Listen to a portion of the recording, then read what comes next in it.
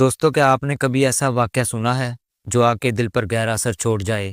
آج میں آپ کو ایک ایسے ذہین اور انصاف پسند بادشاہ کی کہانی سنانے جا رہا ہوں جس کا فیصلہ نہ صرف صدیوں تک یاد رکھا گیا بلکہ ہمارے لیے بھی ایک سبق بن گیا۔ تو آئے سنتے ہیں ایک دلچسپ اور حیرت انگیز واقعہ۔ ایک ذہین بادشاہ کی ایک ایسی سلطنت تھی جہاں انصاف اور امن کا بول بالا تھا۔ وہاں کا بادشاہ نہایت ہی ذہین، عادل اور اپنی رعایا کا خیر خواہ تھا۔ لوگ اس کی تعریف کرتے اور دعائیں دیتے کہ ایسا حکمران صدیوں میں ایک بار پیدا ہوتا ہے۔ بادشاہ ہمیشہ کوشش کرتا کہ وہ اپنے فیصلوں میں حکمت، انصاف اور رحم کا مظاہرہ کرے۔ ایک دن بادشاہ کے دربار میں ایک عجیب و غریب مقدمہ پیش ہوا۔ یہ مقدمہ اس قدر پیچیدہ تھا کہ وزیر، مشیر اور قاضی بھی حیران تھے کہ اس کا فیصلہ کیسے کیا جائے۔ دربار میں دو افراد پیش ہوئے۔ دونوں کے پاس ایک پیش قیمتی ہیرا تھا اور دونوں دعویٰ کر رہے تھے کہ وہ ہیرا ان کا ہے۔ پہلا شخص نے بادشاہ کے سامنے آ کر کہا، بادشاہ سلامت، یہ ہیرا میرے خاندان کی نشانی ہے۔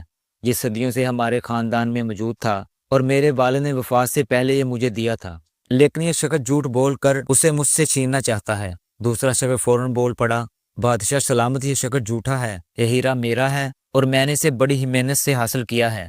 میں کسی بھی صورت اس پر اپنا حق نہیں چھوڑ سکتا۔ دربار میں موجود لوگ دونوں کی باتیں سن رہے تھے، لیکن کسی کو سمجھ نہیں آ رہی تھی کہ سچائی کیا ہے۔ بادشاہ نے وزیروں سے مشورہ کیا کہ اس مقدمے کو کیسے حل کیا جائے۔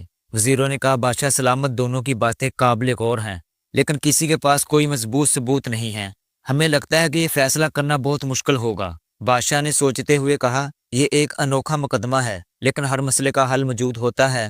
ہمیں بس حکمت اور صبر کے ساتھ صحیح راستہ تلاش کرنا ہوگا۔ بادشاہ نے دونوں افراد کو حکم دیا کہ وہ اگلے دن دربار میں دوبارہ حاضر ہوں۔ اس رات بادشاہ نے اپنی حکمت اور ذہنت کو کام میں لانے کا فیصلہ کیا۔ اس نے اپنے قابل مشیر کو بلایا اور کہا، کل میں ایسا فیصلہ سناؤں گا جو سچائی کو ظاہر کرے گا، لیکن مجھے تمہاری مدد کی ضرورت ہوگی۔ بادشاہ سلامت، آپ ہمیشہ سے دانشمند ہیں، یقیناً آپ کا فیصلہ انصاف پر مبنی ہوگا۔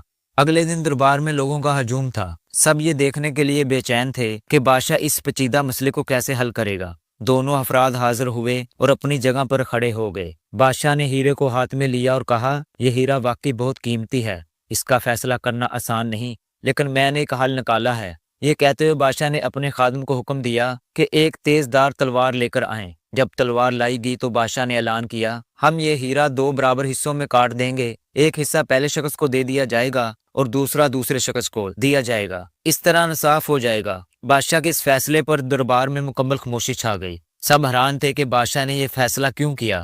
پہلا شخص فوراً چیخ اٹھا، بادشاہ سلامت، خدا کے لیے ایسا نہ کریں، یہ ہیرا میری نسلوں کی نشانی ہے۔ اگر یہ ٹوٹ گیا تو اس کی قیمت اور اہمیت ختم ہو جائے گی۔ میں اسے چھوڑنے کے لیے تیار ہوں، لیکن اس کی بے حرمتی نہ کریں۔ دوسری طرف دوسرا شخص مکمل خاموش رہا اور بولا، بادشاہ سلامت، مجھے کوئی اعتراض نہیں، آپ ہیرے کو کاٹ دیں۔ یہ سن کر بادشاہ مسکرایا اور کہا، اب فیصلہ آسان ہو گیا ہے۔ اصل مالک پہلا شخص ہے، کیونکہ وہ ہیرے کی اہمیت کو سمجھتا ہے اور اس کی حفاظت کرنا بھی چاہتا ہے، جبکہ دوسرا شخص جھوٹا ہے، کیونکہ اسے صرف اپنی ضد کی فکر ہے۔ یہ سن کر دربار میں موجود لوگ بادشاہ کی ذہنیت کی تعریف کرنے لگے۔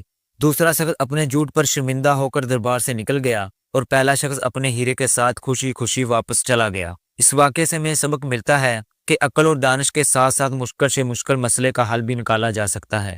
انصاف وہی ہے جو سچائی پر مبنی ہو، اور سچائی ہمیشہ ظاہر ہو کر رہتی ہے۔